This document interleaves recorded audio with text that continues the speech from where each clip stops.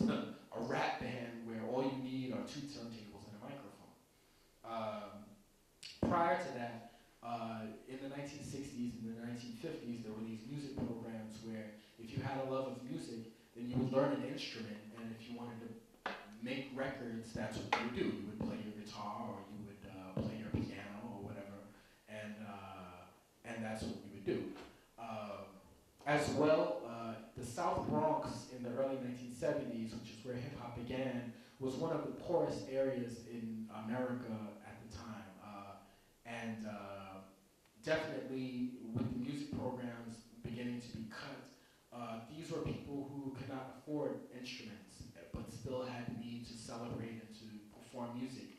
And they were using what they had to create what they needed to hear. And what they had were stereos, what they had were turntables, what they had were record collections. If they couldn't afford the records, then the records came from their parents or from their relatives, and they used them to create new things. So that's it. My second question. What was the difference between, if there is difference between the hip hop of blacks and the hip hop of whites? To me, that's a good question. I think there is. It just depends on the artist. I mean, to me, the Beastie Boys, for example, are probably the most popular white hip-hop group that ever existed. They began in the 1980s, in the mid-1980s, and they have several excellent classic hip-hop albums. I enjoy the Beastie Boys a lot, actually. But if you listen to their music, well, the history of hip-hop is such that a lot of the rapping happens with using other music, other albums. For example, you can take some old disco records from the 1970s and you can rap over them and over the original beats and produce something brand new. So the Beastie Boys, the white rap group, would take the records that they were familiar with.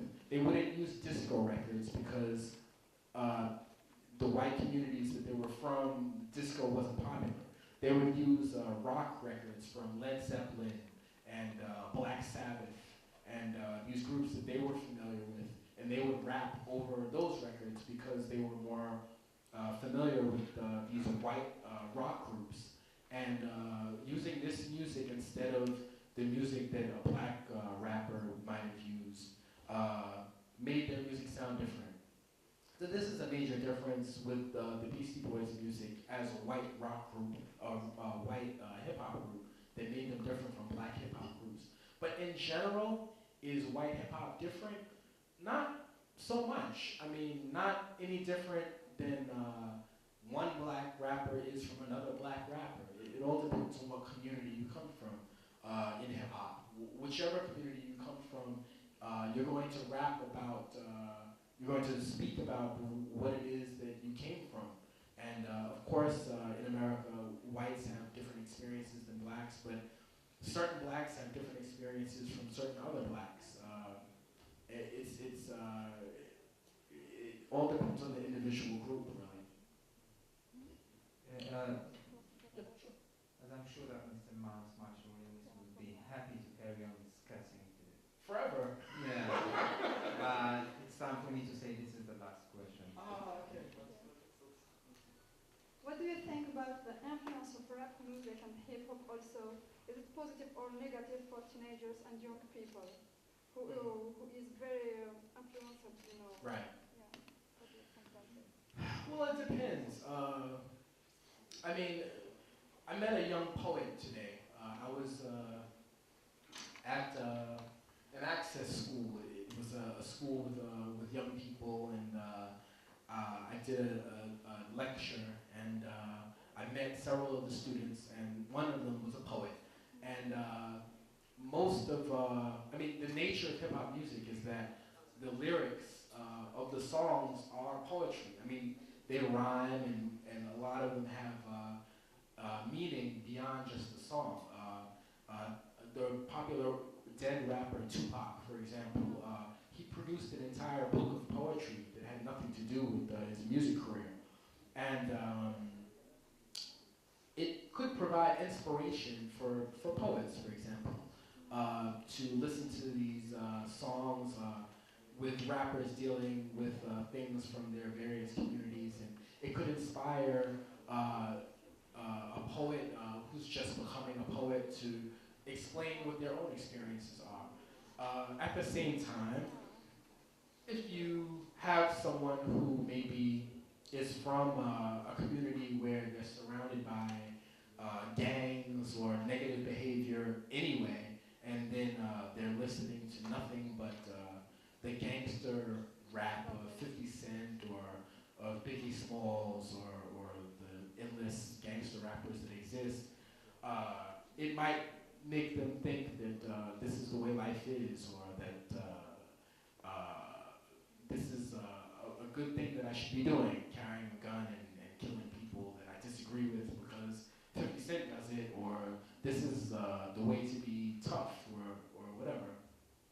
But I mean, I think that that's no different in a way from seeing a very violent movie.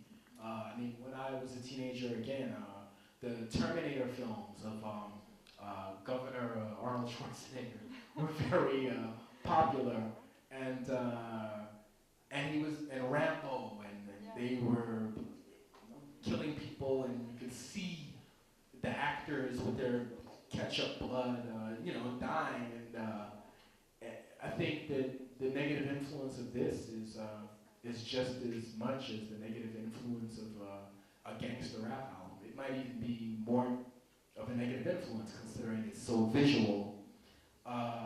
So I think where that's concerned, it's a great responsibility of the parent of the young people to provide proper values and proper supervision, really, to the degree that you can, to guide the values of the children in the correct direction. Thank you. I'll leave it to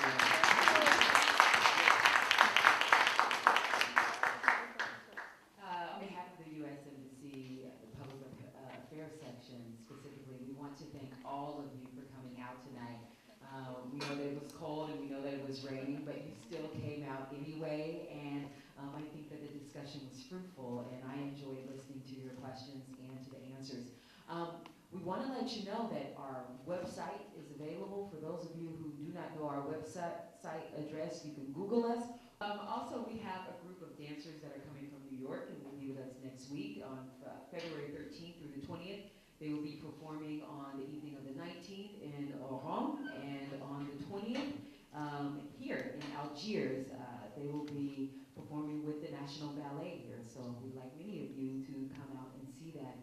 We have several other events going on in the month, including a movie showing on February 23rd.